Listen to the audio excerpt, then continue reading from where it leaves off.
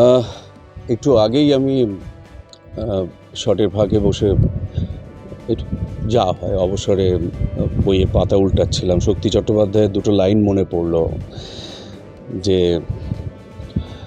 মানুষের অক্ষমতা নিয়ে কোনো রহস্য করো না, কেননা মানুষ বড় কষ্টে আছে। সারা দেশের মানুষ, রাজ্যের মানুষ, ব্যারাকপুর লোকসভা কেন্দ্রের মানুষ কষ্টে আছে।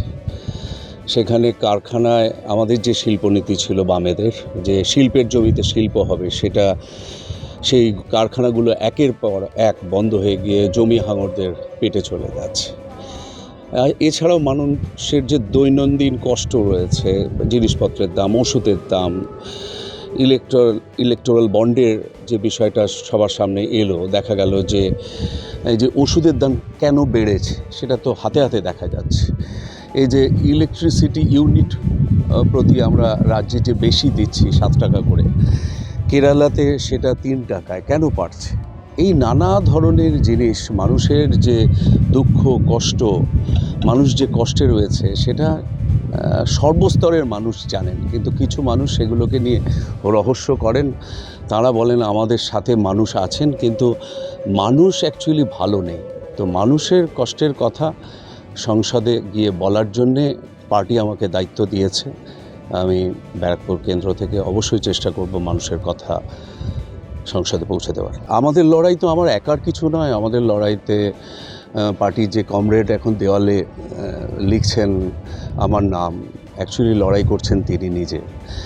প্রত্যেকটি আমাদের ডিওয়াইএফআই, সিপিআইএম এবং এসএফআই এর সাধারণ মানুষের সমর্থন রয়েছে আমাদের সাথে। আমার তো মনে হয় যদি স্বচ্ছ ভোট হয় তাহলে ভোটের রেজাল্ট আমাদের পক্ষে যাবে, কারণ আমরা একটা ধর্মনিরপেক্ষ সরকার চাই, যেখানে শিক্ষা খাতে, শিল্পক্ষেত্রে একটা স্বচ্ছতা, বিনিয়োগ বেশি আসবে এবং মানুষ বিনা পয়সায় চিকিৎসা করাতে পারবে।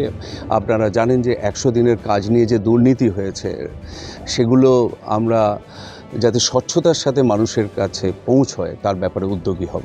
যে মানুষটা তৃণমূলে ছিল, টিকিট না পেয়ে একেবারে উল্টে গেল বিজেপিতে, মানে যে মানুষগুলো তাকে তৃণমূলেরই ভোট দিত, তাকে বিজেপিকে এখন ভোট দিত, মানে বিষয়টা কিভাবে দেখছেন অর্জুন সিংয়ের এই দল বদলের ব্যাপারটা নিয়ে আমরা বামপন্থীরা খুব বেশি কিছু বলতে পারবো না। তার কারণ আমাদের তো ঠিক এটা রেওয়াজ নয়, আমাদের দলে এই বিষয়গুলো নেই।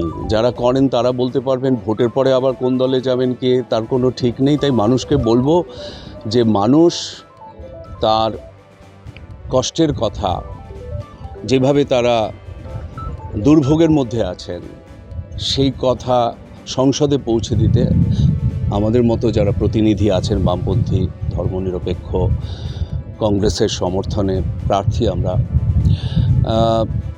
আমাদের সমর্থন করুন। আমরা চেষ্টা করব প্রশাসন স্বচ্ছতার সাথে চালাতে, এবং আমাদের সময়ে আপনারা জানেন যে ইউপিএ 1-এর সময় সাধারণ মানুষের যে দাবি দাওয়াগুলো, সেগুলো অনেকটা সরকারের কাছ থেকে আদায় করা গিয়েছিল। আগামী দিনে আমাদের লক্ষ্য রয়েছে যে মানুষের দৈনন্দিন কাজ যাতে 600 টাকা মানুষ যাতে, যারা ডেইলি লেবার আছেন তারা পান। এই সমস্ত লড়াইগুলো আমরা কেন্দ্রে গিয়ে লড়ব।